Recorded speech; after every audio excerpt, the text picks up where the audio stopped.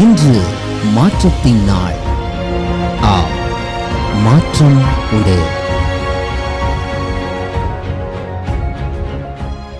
ஆண்டவராகிய இயேசுவின் நாமத்தினாலே மாற்றம் உண்டு என்கிற இந்த அனுதின தியானத்தின் மூலமாக உங்களை சந்திக்கிறதுல எனக்கு மிகுந்த சந்தோஷம். ஆண்டவரும் இரட்சகருமாக இயேசுவின் நாமத்தில் உங்களை வாழ்த்துகிறேன். சுகமாயிருப்பேன் என்று விசுவாசிக்கிறேன். கர்த்தர் உங்களோடு கூட இருந்து அற்புதங்களினாலும் அடையாளங்களினாலும் இந்த வருஷத்தில் கர்த்தர் தம்முடைய செயல்களை உறுதிப்படுத்துவாராக. ஆண்டவரை மாத்திர சார்ந்திருங்கள், ஆண்டவரை மாத்திர விசுவாசியுங்கள். ஆண்டவர் இந்த காரியத்தை இந்த வருஷத்தில் செய்ய முடியும் என்று நம்புங்கள். கர்த்தர் இந்த வருஷத்துக்குள்ள கொண்டு வந்திருக்கிறார். இந்த வருஷத்தின் ஒவ்வொரு நாளும் கர்த்தர் கிருபையாய் உங்களை ஒவ்வொருவரையும் பியூட்டிஃபுல்லாக கர்த்தர் நடத்துவார். ஆகவே எந்த சூழ்நிலையிலும் ஆண்டவர் மேலே சந்தேகமே வேண்டாம். தேவனை ஒரு நாள் சந்தேகப்படாதீங்க, கர்த்தரை ஒரு நாள் சந்தேகப்படாதீங்க, அவருடைய செயல்களை சந்தேகப்படாதீங்க. அவரால் செய்ய முடியும் என்றால் எல்லாம் அவரால் செய்ய முடியும். தேவனாலே கூடாத காரியம் என்று ஒன்றும் இல்லை. ஆமே. இந்த book of Isaiah chapter number 11 verse number 1. Okay, ஏசாயா 11:1. ஈசா என்னும் அடிமரத்திலிருந்து ஒரு துளிர் தோன்றி அவன் வேர்களிலிருந்து ஒரு கிளை எழும்பி செழிக்கும். There shall come forth a shoot from the stump of Jesse, and a branch from his roots shall bear fruits. அடிமரத்திலிருந்து ஒரு துளிர் தோன்றி அதன் வேர்களிலிருந்து ஒரு கிளை எழும்பி செழிக்கும். என்னை மாறா என்று அழையுங்கள் என்று சொன்ன அடிமரம் 4ஆம் அதிகாரம் 14ஆம் வசனம் ரூத்தின் புஸ்தகத்துக்கு வரும்போது அவர் சொல்கிறார், சுதந்திரவாளி அற்று போன இவளுக்கு தயை செய்த கர்த்தருக்கு ஸ்தோத்திரம் உண்டாவதாக. பட்டு போனவள், முறிந்து போனவள், கசப்பு மிகுந்தவள், வாழ்க்கையை கசப்பாக இருந்தவளை இஸ்ரவேலின் வீட்டை கட்டுகிற லேயாளை போல, ராகேலை போல என்று கர்த்தர் வாழ்ந்திருக்க ஒரு மிகப்பெரிய ஒரு ஆசீர்வாதத்தை, ஒரு மேன்மையை அவளுக்கு நேர கர்த்தர் வைத்தாரு. வாழ்க்கையே முடிஞ்சு போச்சு. எல்லா காரியங்களும் பட்டு போனது போல இருக்கிறது. எந்த பிடியும் இல்லாமல், எந்த சோர்ஸும் இல்லாமல் தான் அந்த வருஷத்தை நான் ஆரம்பிச்சிருக்கிறேன். என் லைஃபே அடிமரம் போல் இருக்குது பாஸ்டர். லைஃபே அடிமரம் போல் இருக்குது. எல்லாம் ஆல்மோஸ்ட் டை மாதிரி தான். ஆல்மோஸ்ட் முடிஞ்சது. நம்பின விஷயமெல்லாம் போச்சு. நம்பினவங்க எல்லாம் போயிட்டாங்க. எந்தெந்த விஷயத்தை சின்ன சின்ன பிடி இருந்ததோ அதுவும் என் கையை விட்டு போயிடுச்சு. ஆனால் நான் ரொம்ப தீர்க்கமாக ஒரு வார்த்தை இன்றைக்கு உங்களுக்கு முன்பதாக நான் பதிவு செய்கிறேன்.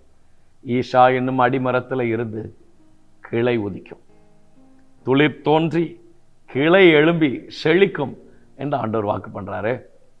ஒருவேளை உங்கள் வாழ்க்கை அடிமரமாக இருக்கலாம். ஆனால் இந்த வருஷம் துளிர் விடுவது மாத்திரம் அல்ல, அது கிளையாக, அது செழிக்கத்தக்கதாக பியூட்டிஃபுல்லாக ஆண்டவர் எழுதுகிறார். தெரியுமா, சபிக்கப்பட்டதில் இருந்து கர்த்தர் ஒரு ஆசீர்வாதமான ஒரு காரியத்தை எழுதி வைக்கும் போது சூப்பராக எழுதி வைக்கார். மேத்யூ சாப்டர் 24 அத்திமரத்தினால் ஒரு ஓமையை கற்றுக்கொள்ளுங்கள், அதில் இளங்களை தோன்றி துளிர் விடும்போது வசந்த காலம் சமீபமாயிற்று என்று அறிவீர்கள்.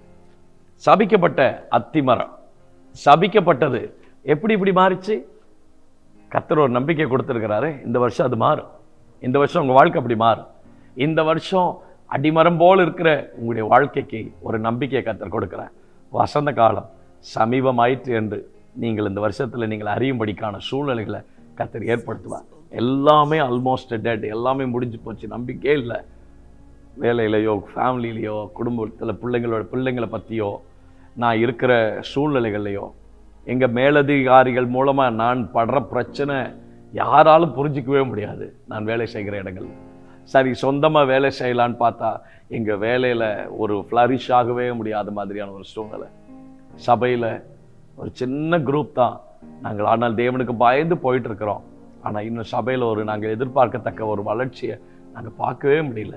சில வருஷங்களாக ரொம்ப கீழே போகலை, தோற்று போகலை, ட்ரையாக போகலை, ஆனால் இருக்கிறத மாத்திரம் தான் மெயின்டைன் பண்ணி போயிட்டே இருக்கிறோம். எந்த இடத்துலையுமே ஒரு ஃப்ளரிஷ் ஆகாத மாதிரியான ஒரு சூழ்நிலை. வேலை எடுத்துக்கிட்டா, ஃபேமிலி எடுத்துக்கிட்டா, பிள்ளைகளுடைய வாழ்க்கை எடுத்துக்கிட்டா, நினச்ச மாதிரியான ஒரு ஆசீர்வாதம் இல்லை, நினச்ச மாதிரியான ஒரு மேன்மை இல்லை. கட்டுமான காரியங்களில், வீட்டு காரியங்களில் நாங்கள் புதிதாக சில விஷயங்களை செய்யலாம், வாங்கலாம்னு நினைக்கிறோம். அதற்கான எந்த விதமான அடையாளங்களுமே எங்கள் கண்களுக்கு தென்படவே இல்லை. அதெல்லாம் நடக்குமான்னு ஒரு மாதிரி ஹோப்லெஸ்ஸாக போயிடுச்சு. லைஃபே ஒரு மாதிரி அடிமரமாக போயிடுச்சு. ஆண்டவராகிய இயேசுவின் நாமத்தினால உங்களை நான் இன்றைக்கு இந்த வார்த்தையை கொண்டு உங்களை நான் தைரியப்படுத்துகிறேன். பிள்ளைகளை, சோர்ந்து போகாதீங்க. இயேசுவின் நாமத்தில் உங்களை நான் தைரியப்படுத்துகிறேன். ஒரு நாள் சோர்ந்து போகாது. ஏசாயா தீர்க்கதரிசன புஸ்தகத்தில் 53ஆம் அதிகாரம் 2ஆம் வசனத்தில் வாசிக்கிறோம், இளங்கலையைப் போலவும் வறண்ட நிலத்திலிருந்து துளிர்க்கிற வேரை போலவும் அவனுக்கு முன்பாக எழும்புகிறார். வறண்ட நிலத்திலிருந்து துளிர்க்கிற வேரை போலவும். நம்பிக்கை இருக்குது. நம்பிக்கையற்ற சூழ்நிலையில் ஒரு நம்பிக்கை இருக்கிறது. உடைந்து போன சூழ்நிலை, பட்டு போன காரியத்தில் வீட்டை கட்டுகிறவளாய் மாற்றுவதற்கு என் தேவனால உண்மையுள்ளவராக இருப்பார் என்று சொன்னால் கர்த்தர் உங்கள் வாழ்க்கையில் அதை நிச்சயமாக செய்து முடிப்பார். அடிமரம் போல் இருக்குதுன்னு யோசிக்காதீங்க, நிச்சயமாக மாறும். கிளைமேட் சேஞ்ச் ஆகும். இந்த வருஷம் கிளைமேட் சேஞ்ச் ஆகும். இந்த வருஷம் நிச்சயமாக கிளைமேட் சேஞ்ச் ஆகும்.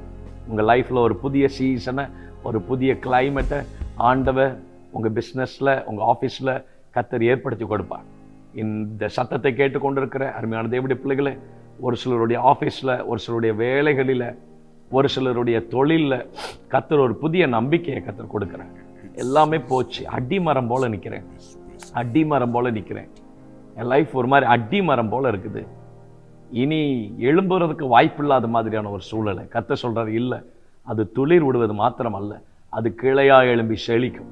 அது கிளையாக எழும்பி செழிக்கும்.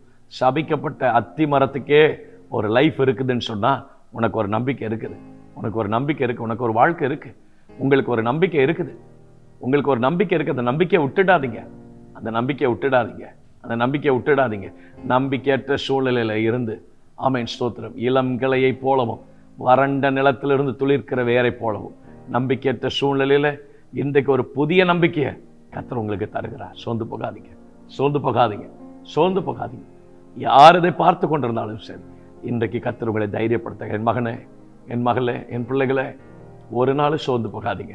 உன் வாழ்க்கை அடிமரமாக இருக்கிறேன்னு யோசிக்காத, கசப்பாயிடுச்சேன்னு யோசிக்காத, கசந்து போய் இருக்கிறேன்னு யோசிக்காத, பட்டு போய் நிற்கிறேன்னு யோசிக்காத. இல்லைப்பா, உன் வாழ்க்கை துளிர் விடும், உன் வாழ்க்கை துளிர் விடும், உன் ஜீவியம் துளிர் விடும், உங்கள் ஊழியம் துளிர் விடும், உங்கள் பிஸ்னஸ் துளிர் விடும். இந்த வருஷத்தில் கர்த்தர் அதை செய்வார். இந்த வருஷத்தில் தேவன் அதை செய்வார். இந்த வருஷத்தில் தேவன் அதை செய்து முடிப்பாரப்பா. இந்த வருஷத்தில் கர்த்தர் அதை செய்து முடிப்பார். ஐயா, அம்மா, பிள்ளைகளே, இந்த வார்த்தை எனக்கு தானா? கர்த்தர் என்னோடு பேசுவது போல் இருக்கிறது, என் சூழ்நிலை அப்படியே பேசுவது போல் தெரிகிறது. உங்களுக்கு தான்.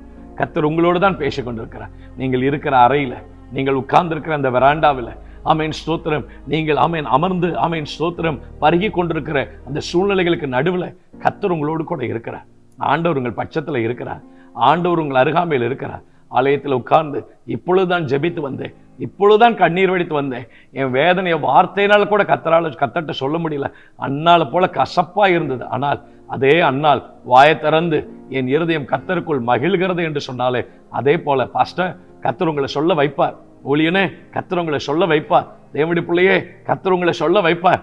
இன்றைக்கு அப்படிப்பட்ட நன்மைகளை, கிரியைகளை உங்கள் வாழ்க்கையில நீங்கள் காண்பதற்கு ஆண்டவர் அனுக்கிரகம் செய்வார். கர்த்தர் அப்படி ஆசீர்வதியும் பிள்ளைகளை தொடர்ந்து பலப்படுத்தும் கிருபை தார். இயேசுவின் நாமத்தில் ஜெபிக்கிறோம் நல்ல பிதாவே. ஆமென், ஆமென், ஆமென். May God bless you. நேரம் கருதி நான் முடிக்கிறேன். தைரியமாயிருங்கள், சோர்ந்து போகாதிருங்கள். கர்த்தர் உங்களோடு கூட இருக்கிறார். வாழ்க்கை அடிமரம் போல இருக்கலாம், ஒரு நாளும் விட்டு கொடுக்காதிருங்கள். கிவ் அப் பண்ணிடாதீங்க, கிவ் அப் பண்ணிடாதீங்க, கிவ் அப் பண்ணிடாதீங்க, கிவ் அப் பண்ணிடாதீங்க. கர்த்தர் உங்க கூட இருக்கிறார். உங்கள் வாழ்க்கை நிச்சயமாய் துளிர்விடும், அது கிளையாய் எழும்பி செழிக்கும். God bless you. God bless you. God bless you.